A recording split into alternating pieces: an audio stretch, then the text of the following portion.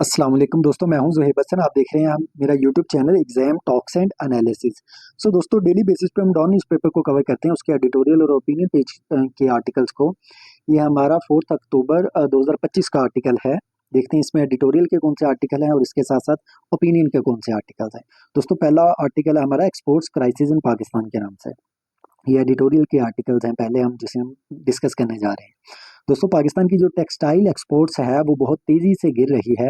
इसके पीछे मेन वजह ये है कि जो गवर्नमेंट की पॉलिसीज़ हैं वो इतनी अच्छी नहीं है कि जिसमें हमारी इंडस्ट्री बेहतर तौर पे ग्रो कर सके। अब गवर्नमेंट्स देखें, इंडस्ट्री को सब्सिडीज़ तो देती हैं, लेकिन इंडस्ट्रीज़ को स्ट्रॉन्ग नहीं करती। मतलब कि इसके अलावा जो इश्यूज़ हैं उसको उसको हल नहीं किया जाता, जिसकी वजह से इंडस्ट्री अपने पाँव पे खड़ी हो सके और हमारी एक्सपोर्ट्स बढ़ सके।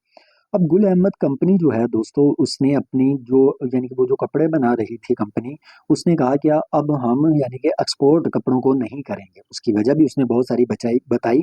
उसने कहा कि यानी कि हम कई ज़्यादा प्रॉब्लम्स है जिसको फेस कर रहे हैं। जिस तरह हमारी इंडस्ट्री में वो कहता है एनर्जी, फॉर एग्जांपल इलेक्ट्रिसिटी और जो गैस है वो एक्सपेंसिव है।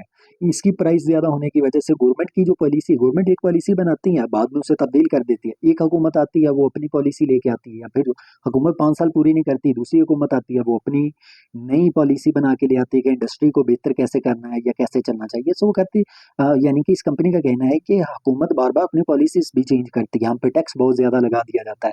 फैब्रिक जो है वो भी अब कॉस्टली है। इसके अलावा जो यानी कि दूसरे ममालिक के जो यानी कि जब हम जाके सेल करते हैं किसी और यानी कि मुल्क में जाके, तो वहाँ पे जाके तो आपको कम्पीट करना होता है इंटरनेशनल मार्केट्स को। तो राइट यानी कि ये कहता है कि ये जो इंडस्ट्रीज़ हैं, ये वहाँ पे जाके कम्पीट नहीं कर पाते, क्योंकि इनके जो क्लोथ्स होते हैं वो एक्सपेंसिव होते हैं, इनके को यानी कि क्वालिटी भी उतनी अच्छी नहीं होती, जिसकी वजह से इनको नुकसान हो रहा है। अब ये सारी वजूहत थी जिसकी वजह से गुल अहमद कंपनी ने अपनी यानी कि ये बोला कि अब हम यानी कि कपड़ों को एक्सपोर्ट नहीं करेंगे। दोस्तों, ज़ाहिर-सी बात है, अगर एक्सपोर्ट कम हो जाएगी तो हमारे यानी कि मुल्क की जो इकोनॉमी है वो मज़ीद कम होगी। और अगर ये अभी एक कंपनी आई है, बाद में मज़ीद कंपनियाँ भी इस सिचुएशन की तरफ जा सकती हैं।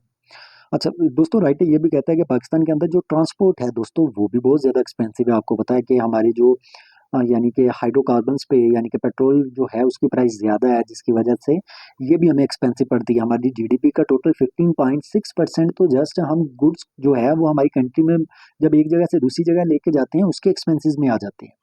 तो ये कॉस्ट डबल है एज़ कम्पेयर टू यानी कि दोज़ कंट्रीज़ जो कि डेवलप्ड कंट्रीज़ हैं, उनकी निस्बत। सो गवर्नमेंट जो है दोस्तों, वो ज़्यादातर डिपेंड कर रही है यानी कि ओवरसीज़ पाकिस्तानी जो रेमिटेंसेस भेजते हैं उस पे, बजाय इसके कि वो अपनी एक्सपोर्ट्स बढ़ाएँ। अभी भी एक्सपेक्ट किया जा रहा है कि तकरीबन 2025 में $43 बिलियन रेमिटेंसेस हमें इकट्ठे हो जाएँगे। लेकिन ये रेमिटेंसेस जो है, राइटर ये कहते हैं कि इतने ही नहीं है कि आपके वो सारे जो इकोनॉमी के प्रॉब्लम्स हैं उसको सॉल्व आउट कर सके। पाकिस्तान की जो इकोनॉमी है उस टाइम तक यानी कि इसी तरह खतरे में रहेगी जब तक हम अपनी बेसिक इश्यूज को सोल्व नहीं कर लेते। हमें करने की क्या ज़रूरत है, हमें एनर्जी को मज़ीद सस्ता करने की ज़रूरत है, रिन्यूएबल सोर्स ऑफ एनर्जी की तरफ जाने की ज़रूरत है, अपने ट्रांसपोर्ट और पोर्ट्स जो हमारी हैं उसको इम्प्रूव करने की ज़रूरत है, और टेक्सटाइल इंडस्ट्री को मॉडर्नाइज करने की ज़रूरत है। दोस्तों, ये हमारा पहला आर्टिकल था। अब चलते हैं दूसरे आर्टिकल पे। दोस्तों, एक बात आपको और करता चलूँ कि जो बच्चा सीएसएस, पीएमएस, पीपीएससी, एफपीएससी की तैयारी करना चाहता है ऑनलाइन, वो मुझसे रब्ता भी कर सकता है। हम ऑनलाइन तैयारी भी करवाते हैं तमाम सब्जेक्ट्स की, बिल्कुल अफोर्डेबल फीस में। और दोस्तों, हम हर बच्चे को सेपरेट टाइम देते हैं ताकि जो उसकी स्किल्स पे वर्क होना चाहिए वो वर्क हो सके, उसे गाइडेंस प्रॉपर प्रोवाइड कर सकें, यानी कि आपको प्रॉपर मेंटोरशिप प्रोवाइड की जाएगी। अच्छा दोस्तों, चलते हैं अपने दूसरे आर्टिकल पे, जो कि है एजेके डिसऑर्डर के नाम से, आज़ाद जम्मू एंड कश्मीर प्रोटेस्ट के नाम से है। दोस्तों, आपको पता है कि जो हमारे पास आज़ाद कश्मीर है वहाँ पर डेडली प्रोटेस्ट, मतलब जा कई दिनों से वहाँ पे प्रोटेस्ट जारी है। जो लाइफ है वहाँ पे ऑलमोस्ट पैरालाइज्ड हो चुकी है। दोस्तों, प्रोटेस्ट जो है इसको लीड कौन कर रहा है? वहाँ पर जम्मू कश्मीर जॉइंट अवामी एक्शन कमेटी है, वो इसको लीड कर रही है। अब इसने 38 पॉइंट्स जो हैं डिमांड्स अपने, यानी कि चार्टर जो था डिमांड्स का, वो अपने यानी कि हमारे सामने रखा है कि उसमें जो मेजर डिमांड्स थी वो मैंने लिखी है। जिसमें एक डिमांड ये थी कि लोगों को सब्सिडीज दी जाए, खासतौर पर इलेक्ट्रिसिटी पे और वीट पे, क्योंकि ये बहुत ज़्यादा वहाँ पे मतलब कि आप कह सकते हो इन्फ्लेशन बहुत ज़्यादा है।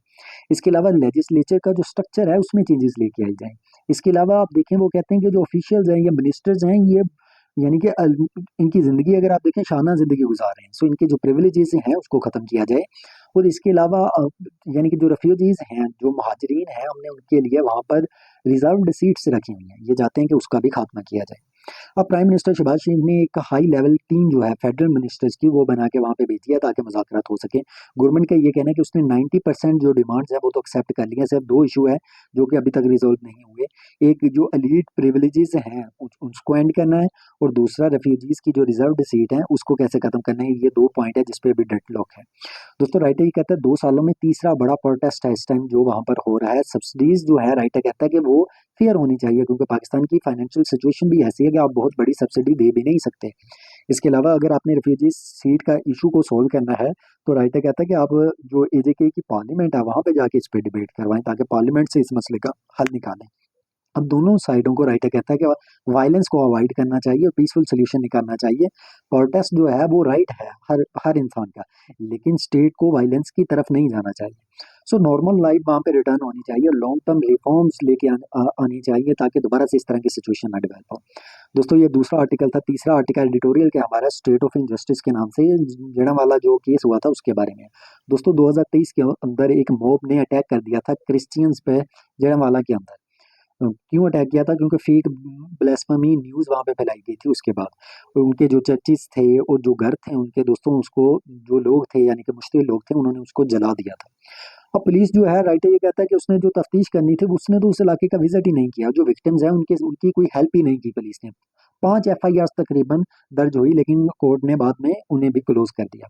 सो कोई फोरेंसिक टेस्ट नहीं वहाँ पे हुआ। पुलिस ने कोई स्टेटमेंट नहीं दी इस केस के अंदर। गवर्नमेंट ऑफिसर जो हैं उसमें से कुछ का तो ये कहना था कि वहाँ पे जो बता रहे हैं कि चर्च को आग लगा दी, वहाँ पे तो चर्च ही नहीं है, हालांकि ये भी झूठी खबर है। सो राइटर ये कह रहा है कि हुकूमत सिंसियर ही नहीं लग रही कि इस तरह के मसले को हल किया जाए। अब कमेटी जो है दोस्तों जो यानी कि जिसने चेक करना था कि कितना डैमेज हुआ है उसने जाके विक्टिम से अभी तक बात ही नहीं की। सो सिर्फ एक मैन यानी कि एक आदमी को सिर्फ अरेस्ट किया है, उसके अलावा तो इतने लोग थे, मॉब जो पूरा आया था उसमें से सिर्फ एक बंदा अरेस्ट हो चुका है।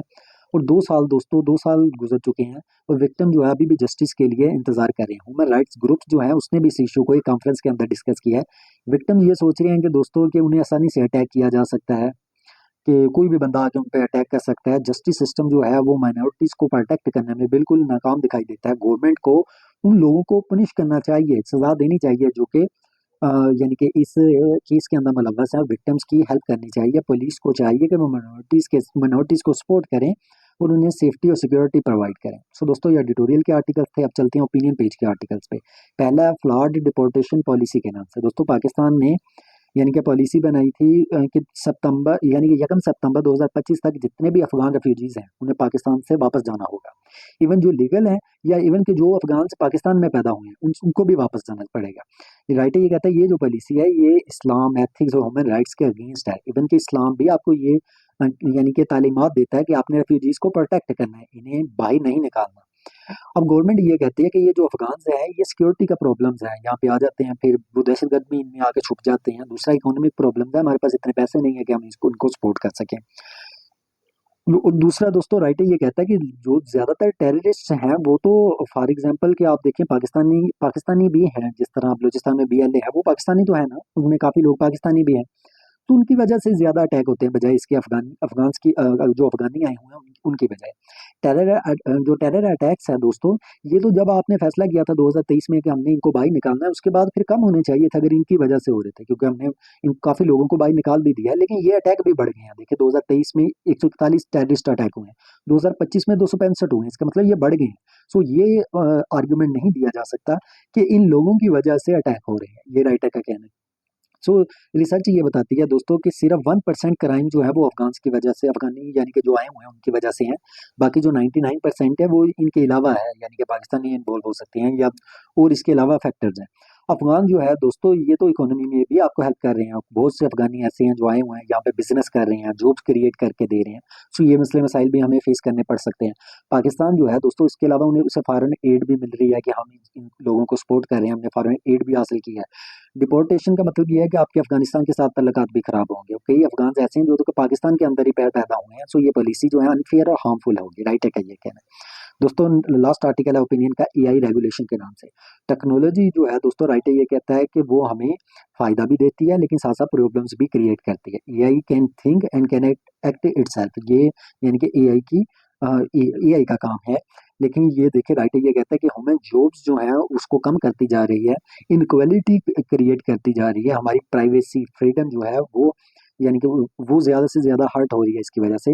सो एआई का अगर हम वर्ड्स के अंदर यूज करते हैं, राइटर ये कहता है कि वो डेंजरस हो सकता है। स्ट्रॉन्ग रूलर्स की हमें जरूरत है, स्ट्रॉन्ग रूल्स की जरूरत है ताकि हम एआई के नेगेटिव यूज को कंट्रोल कर सकें।